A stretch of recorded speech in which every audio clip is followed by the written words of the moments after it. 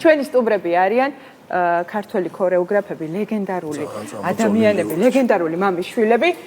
ესე იგი, გელა და დავით ფოცხიშვილები. მოგესალმებით. რავი, დედმამიშვილურად. და ძალიან მიხარია, იმიტომ რომ მეუღლეებთან ერთად ხართ და შვილებთან ცალ-ცალკე მობრძანებული ჩვენს გადაცემაში და მიხარია რომ ერთად გხედავთ ახლა როგორც დედმამიშვილებს და როგორ ხართ? როგორი დილა თქვენთვის? ბათო როგორი დილა როგორც უმცროსი? მითმო? რა. კარგი ჩვეულებრივი დილას 6 საათზე ვიღვიძებ მე. ვიმასვენებს. უამრავი საქმე. უამრავი საქმე, უამრავი რაღაცა. ძირითადი ფიქრები ორივესი მე ვიცი, რომ არის ქართული ქორეოგრაფია, ქართული ფოლკლორი, დილიდან იწყება ეს ყველაფერი სულ ესე. და სხვა დანარჩენისთვის ალბათ არ გრჩებათ, რომ არ ვიცი, ეხლა ჩაკუჩი არც ამან არ იცის არც მე. არა თქვენ საქმიანობრივად არა. მაგის იმედად ვერ არის ეს კარგი საქმეა თუ იცი? რა თქმა საჭირო. რა თქმა უნდა. მაგის გარეშე არ გამოვა. მართლა ძალიან დიდ საქმეებს აკეთებთ. გარდა იმისა, რომ მე მადლობა ეროვნულ საქმეებს, რა თქმა უნდა და მადლობა მინდა გითხრათ თქვენი შვილებისთვის და იმ საქმისთვის, რასაც ემსახურებით და აკეთებთ ახალგაზრდა თაობას, აყვარებთ ქართულ სიმღერას, ქართულ ცეკვას და ქორეოგრაფიას. სიმღერის გარეშე ქართული კაცის ცხოვრება არ არსებობს და რა თქმა უნდა, ოჯახის გარეშე არ არსებობს. მუსიკიდან იწყება. მოდით რა, სულ თავიდან თქვენს ბავშვობაზე, თქვენს ძმობაზე და ყველაფერზე ამაზე რომ ვისაუბროთ. იმიტომ რომ მე არ მახსოვს. უბრალოდ ახსოვა. ამან თუ დაიწყო ძალიან შორს წავალთ და მაშინ ჯერ თქვენგან დავიწყო. ეთერი. არ გვეყო. რა ვიცი, ძალიან ბედნიერი ბავშვობა მქონდა.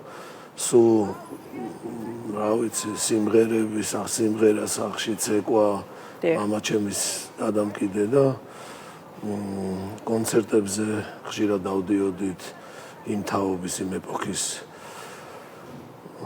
ძალიან მე ვფიქრობ, რომ ძალიან ბედნიერი ბავშვობა მქონდა, იქ გასტროლები და რა ვიცი, ბევრი რამე რა, გელა რა სიტყვა. და თქვენ? ბავშვობა არა, მართლა ნამდვილად მაგარი ბავშვობა მქონდა. შეიძლება სულ რამოდენიმე ადამიანს გქონდეს მსგავსი, მახსენდება სკოლაში ესე ერთი ღლიაში ერთი საროჭკა ქონდა მამაჩემს, მეორეში მეორე, იმიტომ რატო? იმიტომ რომ სულ გასტროლზე ვიყავით მე და კარგად სწავლობ. არა, სულ გასტროლზე ვიყავით და ძირითადად ტექნიკური საგნები გვიჭირდა. არა ქონდა კალკულატორი. დაუსწრებლობის გარეშე, ხო? იმიტომ რომ აბერესტრებოდით გაკვეთილი. ნუ ჩვენმა მეგობრებმა უკვე იცოდნენ იქ სკოლის კლასელებმა, რომ всё მოვიდა თქვენ ჩვეულებრივად გადახვალთ კლასიდან კლასში, მაგრამ ამაზე კი არ არის. ესე იგი, რომ დავიწყეთ 1988 წლიდან, იმის მერე ჩემოდნიდან არ ჩამოვსულოთ მე და დათო. გავიზარდეთ, ესე იგი, თეატრში, თეატრის კულისებში, ვისწავლეთ ძალიან ბევრი რამე უფროსი თაობებისგან. ნუ ამასგან ასაკვირველია და საერთოდ პრინციპები, ლოგიკა, როგორ უნდა გაუძღვე შენ საქმიანობას, ხელოვნებაში და ასე შემდეგ, ასე შემდეგ. ბედნიერება იყო პირველად ვიყავით ამერიკაში და ჩამოვიტანეთ კოკა-კოლა. ბანკით. სანატრალი და სანუკვარი. ხო, აქ არ არსებობდა. ხმარო კონდაც. ეგეთი და ნუ ავდექით და ვაჩუქეთ სკოლის დირექტორს. და მე მოხდა ისე რომ ჩვენ სკოლის დირექტორთან მოხვდით სახში. რამოდენიმე წლის მერე და არ დაულევი. სერვანტში მიდო არ დაულევი. და მინახავდა. ხო, იყო ასეთი პერიოდი, იყო რომ აი ესეთი რაღაცები ხდებოდა და ისეთი კაი ბავშვობა მქონდა, ნუ ეხა ადიდასის მაიკებით რომ მივედით სკოლაში და ყველას რო ისეცვა, მახსოვს ჩამოგვართვეს და პოლის ჯოხზე ჩამოკიდეს, რომ ეს არის დასავლური გადმონაშთი და კომუნიზმ ბავშვი. ეს რეალური ისტორია. რეალური ისტორია ხალხს. არა, სხვათა შორის სკინის ფარდა იყო რა მაგ დროს რა. ნუ აი ეს ეპოქა სხვა იყო. და პიონერთა არ შემიძლია აღნიშნო პიონერთა სასახლეში გავიზარდეთ ჩვენ. აი იცით რა მაინტერესებს? აი შეგრძნების დონეზე თქვენ რა განცდები გქონდათ რომ აი საბჭოური ბავშვი გადიხარ რკინის ფარდას არღვევ და გადიხარ იქ სადაც არის თავი. ფერადი სამყარო იყო რა.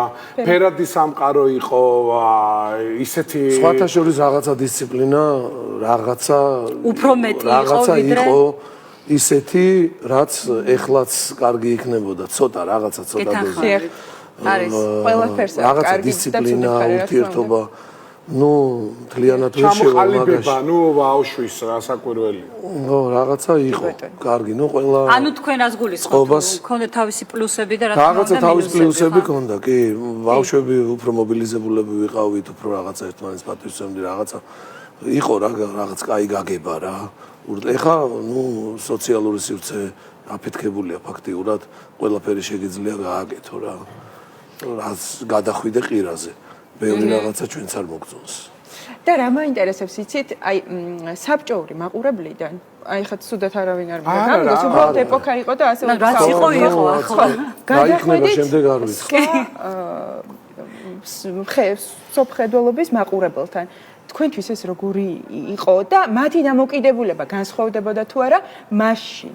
თქვენ წარმოგიდგენიათ ახლა ნამდვილად გეტყვით რა, რომ გასაოცარი იყო მათთვის, როდესაც ჩავდიოდით რა, აი მე მყვები ბავშვობის მომენტებს, მე არ მყვები დიდი დასრო და არა, ჩვენ ხო ბავშვობაზე ვსაუბრობთ. და პიონერთა სასახლიდან, როდესაც მივდიოდით, გასაკვირი იყო მათთვის ჩვენი განვითარება, იმიტომ რომ საგრძნობლად განვითარებული ბავშვები ვიყავით, ჯერ ესერთი ვცეკვავდით პროფესიონალურ დონეზე, რომელიც ევროპაში არ არის და დასავლეთში დასაშვები დღესაც არ არის და ჩვენ უკვე ხელოვნებას ვაკეთებდით მაღალ პროფესიულ დონეზე. განვითარებული ბავშვები ვიყავით და არ იცოდნენ სად იყო ჯორჯია. ხო, ნუ იმათმა არ იცოდნენ სად იყო ჯორჯია. აუ ეხლა ძალიან მაგარი რამე უნდა მოყვე და თუ გახსოვს შენ, ჩვენ მივდიოდით ამერიკაში და მოსკოვის გავლით უნდა გაგვევლო. ჩავფრინდით მოსკოვში და ჩვენი ამერიკის ვიზები არ არის რა პიონერთა სასახლიდან. ჩვენ ვართ პირველი ბავშვები, რომლებმაც ესე იგი ამერიკის საელჩოში გავიფიცეთ. წარმოგიდგენია? ეს რომელი წელი ამერიკის 90 წელი არის. მახსოვს გია შალამბერიძე არის იმის რა ქვია პიონერთა სასახლე მაშინ მოსწავლე ახალგაზრდობის სასახლის დირექტორი, უკარგესი ადამიანი და აქედან მოკითხვას უთვლიდა უდიდესი დირექტორი და მასთან ერთად ჩავედით ბატონი რეზო ჭანიშვილი იყო ჩვენთან ერთად და აი ესე დავჯექით და არ გვიშვებდნენ და ზუსტად 1 საათში თუ საათ ნახევარში გამოვიდნენ და ესე იგი კომპენსაციის სახითო შიგნით შემოდითო ერთი ნომერი იცეკვეთო, ანუ რა ჩვენი იმისთვისო და ამერიკის საელჩოში მოსკოვში და ჩვენ ვართ, ანუ პირველი ბავშვები ვართ რა, კომუნისტური რაღაც 90-იანი წლები არის. 26 წელი იყო თუ 7. ნუ 88, მithumetes უკან. და ეს იყო სასწაული რაღაცა, სასწაული მოვლენა და საერთოდ მინდა რომ ვთქვა, რომ პიონერთა და ნუ ეხლანდელი მოსწავლე ახალგაზრდობის სასახლე ეს იმთავითვე არის და იქნება ბავშვთა აღზრდის ჩამოყალიბების, განვითარების, იმ სივრცის აღქმის რაღაც ტოპ საფეხურზე ყოველთვის და მე ბედნიერი ვარ საერთოდ რომ და ბოლოს ვიზებზე აი თქვენ ერთს დავამატებ რა, ნუ შენ ახსენე განვითარების პროცესი, ჩვენ რო ჩავედით ამერიკაში, ხო? ეხლა მე მეგონა რომ ეს იყო რაღაცა ძალიან ისეთი განათლებული. როგორც აი ფილმებში და კინოებში რომ აი მე ვფიქრობ რომ საერთოდ არ იცოდნენ არაფერი რა. ხო, იცით რა, ერთი რაღაცა უნდა ვთქვა, რომ აი საბჭოთა კავშირიდან ამას ყველა აღნიშნავს. მე უკვე ბოლოსკენ პრაქტიკულად არ მოვასწარი, მაგრამ ყველა აღნიშნავს, რომ აი იმ ქვეყნებში, რაც იყო გაერთიანებული საბჭოთა კავშირში, საქართველო მაინც უფრო გამორჩეული იყო ყველაფრის მხრივ. თქვენ რომ თქვით ცეკვასთან დაკავშირებით, კულტურული მithumetes რა, ბევრი მაგრამ იცნობდნენ შევარდნაძეს. ისე რა თქმა უნდა, იმიტომ რომ მას შეუძნაძეს და სტალინის. სახელი აორიოს დებერი სახელი. ცელქები ვიყავით, ძალიან ცელქები, ერთად ჩვენი გაჩერება არ არსებობდა, არ შეიძლება ყოველთვის ესე ყოფდნენ, რომ ერთად არ ყოფილიყავით. აი მაგალითად აი რა ერთად საფუჭებდით. ვიყოთ, მაგრამ ხელს გვიშლიან. წელიწად ნახევარი ესე არის სხვაობა. ანუ ტყუპებივით გავიზარდეთ რა. ერთი საძმაკაცო ყავს, ერთი სამეგობრო ყავს, ერთი ყველაფერი ერთი ყავს, იმიტომ რომ აი ესე მოვდივარ. უბრალოდ შემოქმედებაში არის რაღაც ხაზები. არ შეიძლება რომ ტყუპის ცალიც, ძმაც დაემსგავსოს ერთმანეთს. შემოქმედება თვითონ შინაგანად გრძალავს ამას რა, შენი ხედვა გაქვს თავისუფლება ეკო. ნუ ემოციაზეა. კოკაკოლა რო აღნიშნეთ, აი ზუსტად თავისუფლების მატარებელი ხაზია რა. კი ბატონო, სიმბოლო და ხელოვნებაშიც, ნუ ეხლა ცოტა ისე შევადარე, მაგრამ ხელოვნებაშიც რა თქმა უნდა, ეხლა ამას ჩვენ რო ერთი აზრი გქონდეს სულ ყველას ხელოვანებს აღარ იქნება შემოქმედება ისეთი ლამაზი და ერთფეროვანი გახდება რა თქმა უნდა. ნუ გელას თავის ხედვები აქვს და თავის მისწრაფებები, რა თქმა უნდა ჩვენს მეც ასევე ჩემი ხედვები აქვს, მაგრამ საერთო ჯამი ოჯახია და გელოდის საქმეს, ნუ გელა თავის ხაზით აგრძელებს, ჩვენი ხაზით ვაგრძელებ. თუ იქნება საერთო პროექტებიც ძალიან კარგი იქნება და მშვენიერი იქნება, მაგაზე გელა ისაუბრებს. საერთო პროექტები ბევრი გვაქვს. საერთო პროექტი ვართ მე და შენ. ისედაც. აუცილებლად მამაზე უნდა ვისაუბროთ. ბატონ გელოდი ფოცხიშვილზე დიდი ისტორია დაწერა, დიდი ისტორია შექმნა ქართულ ქორეოგრაფიაში და მოგვიყევით აი როგორც ქორეოგრაფზე და როგორც მამაზე ვისაუბროთ მას. მე ვიტყვი თავიდან შესავალს მამა ჩემის ცოდვით აი არ ვიცი რა ბავშვობიდან რასაც მე უყურე რა რომ გელოდი რასაც წვალობდა და რაც გააკეთა საერთოდ რა შიშველი ხელებით ეს არ ამგონია საქართველოში კი არა წარმოიდგინეთ 50 წელი ანსამბლი კბილებით სახელი თავისი შემოქმედება არასოდეს არავინ არ დახმარებია ნუ აი ესე გაშლილი რო ხდებოდა იქ რაღაცა ვიღაცა რო ყავს და ის რო ჩაქსვავს და ესე უხეშად ვიტყვი რა იქ რო გაგაფორმებენ და ხელფასი რო აქვს მოცეკვავეს და სულ თავისი ნიჭით თავისი შრომით გააკეთა ყველაფერი რა დედაჩემი ზოგჯერ ეუნებოდა ხოლმე რომ აი ხო ხედავ რომ აი ძალიან რთულად მიდის ეს ყველაფერი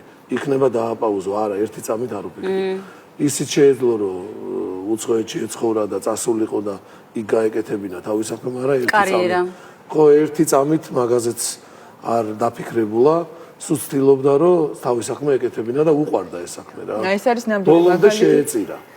ზოგი ქორეოგრაფი იძახის რომ ანუ ამ საქმეშიო ბერი იყო რა. ხო აი ძალიან მარტო და მე და გელაც მე რა თქმა უნდა გვერდზე ამოუდექით. ჩვენც გვერდზე ამოუდექით და დღემდე აი ჩვენი ნუ რა თქმა უნდა და გვეხმარება სახელმწიფო რაღაცა დოზით. და რა თქმა უნდა თვითონაც იციან და ჩვენც ვიცით რომ ეგ საკმარისი არ არის, როდესაც კარგად გაფინანსებენ, კარგ შედეგსაც ძლებ. ეს არ არის ბავშვთა ანსამბლი, ხო? პროფესიონალურ ანსამბლს ინვესტიცია ჭირდება, რაღაცა მაინც რა. ისეთი რომ მოცეკვავეს შენ ამას ვერ აუხსნი, რომ იცი რა, შენ 200 ლარი და 300 ლარით იქ ვერ გააკეთებ საქმეს, მაგრამ რაც მთავარია მადლიერები ვართ ჩვენ იმისი რაღაცა პატარა დოზით რაც კეთდება და რა თქმა უნდა დოზა გაიზრდება და წინ წავალთ. ხო ნუ მე ხალხი ხო უყურებს ეხა ის ხო შენი პროდუქტი ხო უნდა გაიტანო შემოქმედებითი და რაღაცა რომ ვერ არის ეგ ყველაფერი ფინანსებიდან მოდის. იქ კოსტიუმი, იქ მუსიკა, იქ ყველაფერი რა ვიცი. მე ვფიქრობ რომ ყველაფერი გამოსწორდება და პროგრესული არის დედამიწა და აუცილებლად პროგრესული იქნება. რაც შეეხება გელოდის მე ორ სიტყვას ვიტყვი რა მახსოვს ესეთი ფრაზა სხვათა შორის ძველ ქორეოგრაფებს ძალიან უყვარდათ და მათთან გაიზარდა და ნუ იყო ესეთი ძალიან მნიშვნელოვანი ფრაზა ძალიან მეგობრობდა ბატონ ილიკოსთან და ესე მახსოვს რომ ესეთი გოსკონცერტი არსებობდა რუსეთში მოსკოვში და გოსკონცერტს ორი კარები აქვს ერთით მე შევდივარო და მეორეთი გელოდი ფოცხიშვილიო ნუ ამით იმის თქვა მინდა რომ ეს კაცი იყო დიდი კომუნიკაციის მქონე ადამიანი დიდი კომუნიკაცია ქონდა, აი შეეძლო რომ წამში გადმოებირებინე რაღაცა იმით. კარგი გაგებით რა თქმა უნდა. ხო, კარგი გაგებით, რასაკვირველია, რომ შემოქმედებას ეხებოდა ეს ყველაფერი და დაერწმუნებინე, რომ შენ ერისთვის აკეთებ ყველაფერს და ესეც იყო. რა და მერი ადამიანი გადაარჩინა. აი ზუსტად აი მაინტერესებს აი მამისგან რჩევა თუ გახსოვთ თქვენ აი როგორი აი ყველაზე დღესაც ითვალისწინებთ გვეყოფა. გათვალისწინება რასაკვირველი არის, ვერ ხვდები რა და უცებ რაღაცა იქიდან ჩაგესმის რომ აი ესე რომ მიდიხარ ესე წადი რა და ხვდები დღეს უფრო ხვდები ვიდრე საერთოდ ადამიანები ხო ესე ვარ როდესაც ერთმანეთი ყავს იმდენად ვერ ვაფასებთ ნუ ეს პროცესია ესეთი რა მაგრამ ესე არ გავგზარდა რომ აი ეს მაგარია რაღაცას არასოდეს არ თქვია კარგია რაღაცაზე ხო ყოველთვის უკმაყოფილო კი არისო უფრო მეცელოდებოდა რა უფრო კრიტიკული იყო. ჩვენ თან სიმღერასაც გვასწავლიდა რა, მუსიკაც სახში შევისწავლეთ. ნუ დრამზეც დავდიოდით, იქით აქეთ ყველაფერი. მაგრამ პირველი მაინც გელოდისთვის იყო მუსიკიდან იწყებოდა ყველაფერი მაგის. ნუ ქორეოგრაფი კი იყო, მაგრამ ძალიან დიდ უპირატესობას ანიჭებდა მუსიკას. და სულ ცდილობდა რომ მუსიკალურად აი ეს გაფორმებები მუსიკალურად აღზრდილიყავით. აუზრდილიყავით თეატრალურად და ვცოდნოდა მარტო ილეთში არ დასულიყო შენი ხელოვნება და ნუ სულ გეუბნებოდა რა რომ ეპიზოდზე ნუ ხარ ეპიზოდური ანუ იფიქრე სად იწყებ სად მთავრდება მთელი წარმოდგენა და რისი თქმა გინდა და დიდი გამოცდილება და ყველაფერი არ უნდა იკადრო ცეკვის დროს იძახოდა ხოლმე რა ეხ მაგას ძალიან დიდ ბევრი მხარეა გაგების აი ქორეოგრაფმა დადგმების დროს ცეკვის შექმნის დროს აი ყველაფერი არ უნდა იკადრო ისეთი რაღაცეები რომ მაინდა-მაინც ტაში გქონდეს და არ იყოს მაგალითად რაღაცა უფრო ფართო რა არაც და იმ ძირეულ ტრადიციულ რაზეც არის დგას ეს ყველაფერი რა ო ისე იუმორი ქონდა მაგარი იუმორი ქონდა ნუ მისი იუმორზეც ლეგენდები მართლა დღესაც არ ჯერ ალბათ ეხლაც არ ჯერა რომ არ არის ალბათ ხო თვითონ სიცოცხლე და მეგობრები რა ვიცი ეხლა კარგად ვისაუბრეთ მასზე ძალიან და გავიხსენეთ. ახლა თქვენს საქმიანობაზე რომ ვისაუბროთ, ანსამბლის გეგმებზე რომ ვისაუბროთ. ბაიმე გეგმებს რა ჩამოთვლის. ეს უკვე კარგია, ბაიმე. აქ ორივე მხრიდან, ჩემიც და დათოს მხრიდანაც ძალიან დიდი გეგმები გვაქვს. მე ჯერ 65 კონცერტი ვიცეკვეთ, მე 77 ხა კიდე ახალ ტურნეს ვიწყებთ. ბათუმის კონცერტები გვაქვს, რასაკვირველია.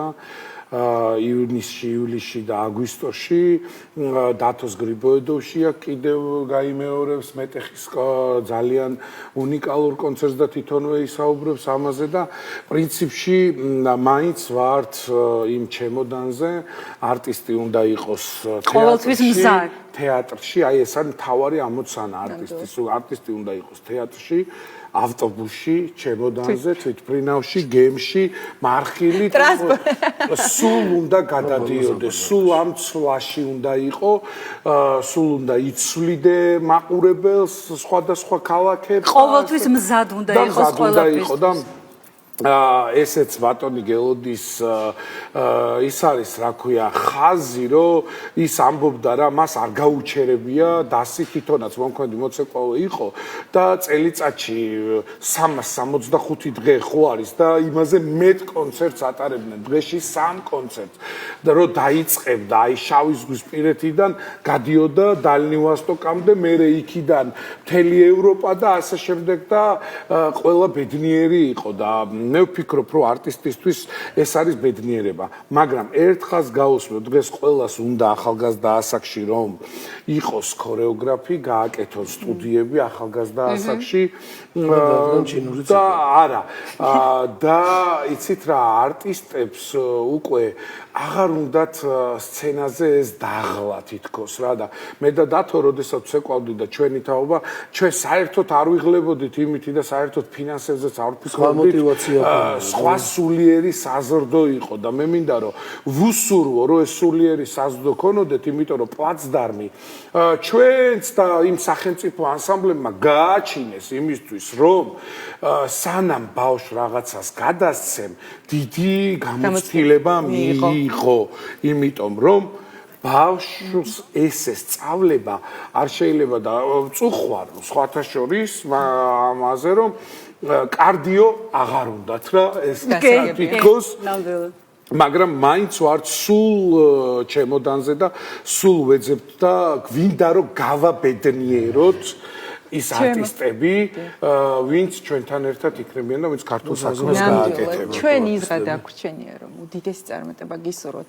პირადში, რა თქმა უნდა, სენიორი ბევრი შემოქმედებით ცხოვრებაში აუცილებლად გელოდებით ოჯახთან ერთად, თქვენს ანსამბლებთან ერთად ჩვენ კარი ყოველთვის და ბევრი წელი მაგრამ რაღაცას მოვახერხებთ და ბევრი წელი ჩემოდნებზე. დიდი მადლობა თქვენ. ჩვენ სულ ცოტა ხნით რეკლამაზე გავალთ, არ გადართოთ ძალიან საინტერესო სტუმრებით დაგიბრუნდებით.